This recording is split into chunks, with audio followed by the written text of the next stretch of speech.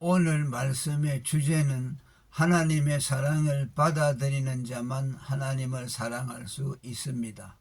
혹은 누가 하나님을 사랑할 수 있는가입니다. 사도 요한이 하나님의 사랑을 정의하여 우리가 하나님을 사랑한 것이 아니요 오직 하나님이 우리를 사랑했다라고 요한 1서 4장 9절에서 말씀했습니다. 이는 단순히 우리는 하나님을 사랑할 수 없고 하나님만 우리를 사랑하신다는 것을 말한 것이 아닙니다. 인간 편에서 먼저 하나님을 사랑할 수 없고 인간의 선행된 행위가 인간에 대한 하나님의 사랑을 촉발시킬 수 없다는 뜻입니다. 인간이 하나님 사랑에 대해 꿈도 꾸지 않았을 때, 곧 가깝게는 인간이 죄로 죽어 하나님을 망각하고 있었을 때, 멀게는 세상이 창조되기 전부터 하나님의 사랑은 시작되었습니다. 이 점에서 하나님과 인간 사이의 사랑은 하나님 기원적입니다. 그런데 많은 사람들이 하나님과 인간의 사랑에 있어 인간이 자기의 선행적인 행위로 하나님의 사랑을 이끌어낼 수 있는 것처럼 생각합니다. 물론 이들의 하나님 사랑이란 삼위일체 하나님에 대한 사랑이 아닌 일반 종교인들의 종교적 숙모에 지나지 않습니다. 예컨대 이슬람 교도들의 알라 숙모, 유대교도들의 단일신 여호와 숙모 같은 것들로서 신의 사랑을 구걸하려는 일종의 환심 끌기입니다. 이러한 관념의 배경에는 대개 둘 중 하나가 자리합니다. 하나는 소위 지성이면 감천이다는 율법주의적인 종교관념입니다. 그리고 또 하나는 하나님과 관계를 맺으려면 하나님 레벨의 신앙이 되어야 한다는 유유상종 개념입니다. 이는 소위 엘리트 종교인들이 하나님을 독점하려는 배타성에서 고안한 것으로, 하나님은 저급한 기복주의자에게는 마음을 닫고 순수히 하나님만을 추구하는 자신들에게 마음을 여신다는 것입니다. 이는 마치 유대인들이 하나님을 자기의 독점물로 삼기 위해 고안한, 곧 하나님은 율법을 가진 아브라함 후손들만의 하나님이라는 선민사상 같은 것입니다. 전자는 인간의 전적 무능을 모르는 데서 나온 것이라면, 후자는 하나님 사랑을 철학적이고 현학적인 것으로 곡해한 데서 나온 것입니다. 이러한 오해들이 사실 기독교를 이해하고 하나님과의 관계를 맺는 데 최대의 걸림돌이 되고 있습니다. 그러나 이들의 생각과는 달리 하나님은 인간들에게 그 어떤 요구도 없이 내 사랑을 받으라고 하셨습니다. 우리가 전적 무능하여 먼저 하나님께 손을 내밀 수 없는 죄인임을 아시는 하나님이 당신을 사랑하는 것을 포함하여 우리가 모든 것을 행할 수 있기 전에 하나님의 사랑을 받아들여 당신과 화목하도록 하셨습니다. 아시다시피 유대인들의 쇠마, 곧 이스라엘아 들으라 우리 하나님 여호와는 오직 하나인 여호와시니 너는 마음을 다하고 성품을 다하고 힘을 다하여 내 하나님 여호와를 사랑하라 는 신명기 6장 4절에서 5절의 말씀은 한마디로 유일신 한 분 하나님을 진심으로 사랑하라입니다. 유대인들은 이 명령을 쫓아 하나님 사랑에 골몰했지만 그들의 의도와는 달리 대부분 사랑의 결실을 못 본 채 짝사랑으로 끝났습니다. 이는 그들이 하나님의 사랑, 곧 독생자의 죽음을 받아들여 하나님과 화목하지 않고 바로 직접 하나님을 사랑하려고 했기 때문입니다. 하나님과 화목됨 없이 하나님을 사랑하려는 것은 원수와 막바로 사랑에 빠지려는 것과 같기에 당연히 결실을 맺을 수가 없었습니다.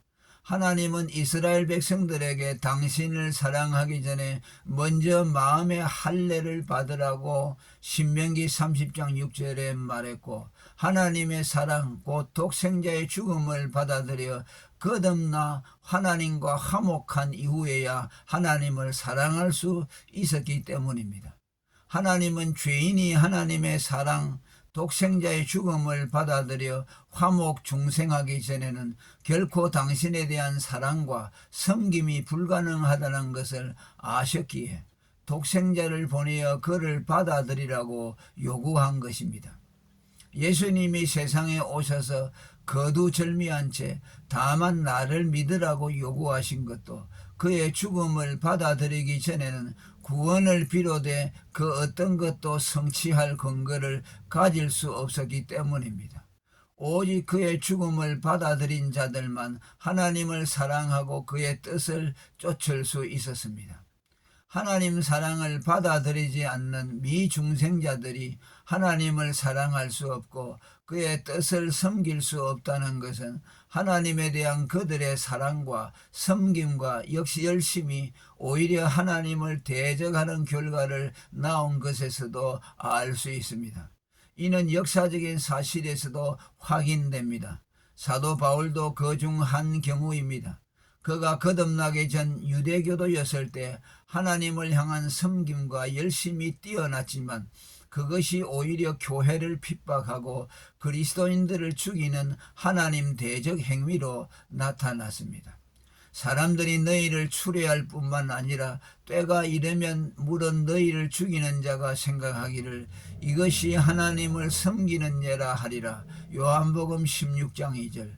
열심으로는 교회를 핍박하고 율법의 의로는 흠이 없는 자로라. 빌립보서 3장 6절. 예수를 믿지 않은 바리새인 서기관들 역시 나름대로 사람들을 천국으로 인도하려고 애썼던 사람들이었지만 결과는 천국문을 사람들 앞에서 닫고 저희도 들어가지 않고 들어가려 하는 자도 들어가지 못하게 하는 전도 방해꾼 역할을 했습니다. 오늘 또 복음으로 거듭나지 못한 사역자들이 나름대로 열심히 하나님과 교회를 섬긴다고 하지만 사실은 하나님과 교회를 해롭게 할 뿐입니다. 특별히 그들의 사역이 크고 광범위할수록 그 해악도 더 큽니다. 악화가 양화를 구축한다는 그레샴의 법칙처럼 가라지의 번성함이 알곡의 약화를 가져오고 가라지 교회들의 번성이 참 교회의 성장을 회방합니다. 오늘 우리가 목도하고 있는 현실 그대로입니다.